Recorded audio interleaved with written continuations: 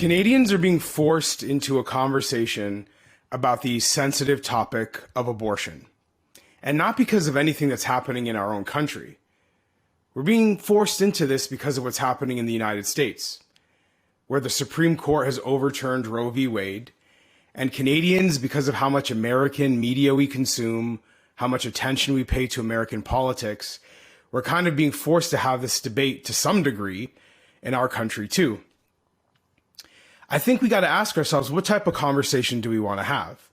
Is it one where we respect the fact that people are going to come from different perspectives and try to overcome divisions so that we might find some common ground on something that is so deeply personal for so many? Or do we find a lack of balance and start to mirror the rhetoric of the United States? Unfortunately, our Prime Minister Justin Trudeau is having the opposite of the impact I think most Canadians would like. He wants to import the American culture wars and treat those who disagree with him as if they are bad people, as if they are enemies, as if they are opponents that he must vilify. It's unfortunate, but he is bringing this approach to even his policy making. Prime Minister Trudeau has pledged to take away the charitable status of organizations that disagree with him on abortion. Crisis pregnancy centers and other groups that he deems to be anti-abortion may lose their charitable status, their ability to issue a tax receipt when receiving a donation, which will, in effect, destroy many of these organizations. And he's got to be really careful about this. You know, there's a part of the American culture wars that is having a real ugly side right now. And he risks inciting the same type of harassment, vandalism, and arson against crisis pregnancy centers in Canada that we're seeing in the United States. By vilifying these organizations, he's putting people at risk. In the United States right now, the Wall Street Journal has documented dozens of examples where over the last few weeks alone, crisis pregnancy centers have been attacked. One of the most notable instances was in Buffalo, New York, very close to the Canadian border, where a crisis pregnancy center was lit on fire. It's difficult stuff. It's scary for many people who work in these organizations. And that is why vilifying them in the way that Trudeau has is concerning to many. We've seen even just since Friday, when the decision was made public by the Supreme Court, the New York Post is also reporting attacks over the weekend in Colorado.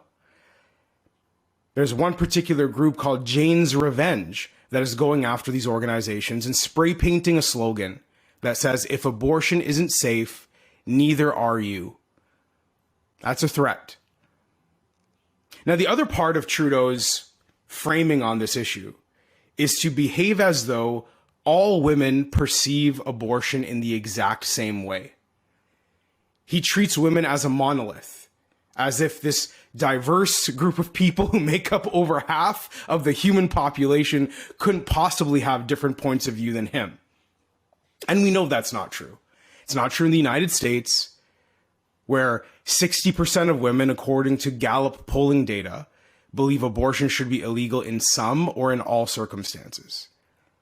It's not true in Canada either, where we literally just saw a few days ago, over 300 prominent women sign a letter saying that they oppose abortion and would support the overturning of Roe v. Wade. These are prominent Canadian women in public life with important jobs and critical roles in our democracy. And we've seen even Canadian conservative leadership candidate, Leslyn Lewis, the first Black woman to run to be leader of a political party at the federal level, is saying the Prime Minister's approach is wrong and she's asking for an adult conversation. Well, I agree with her.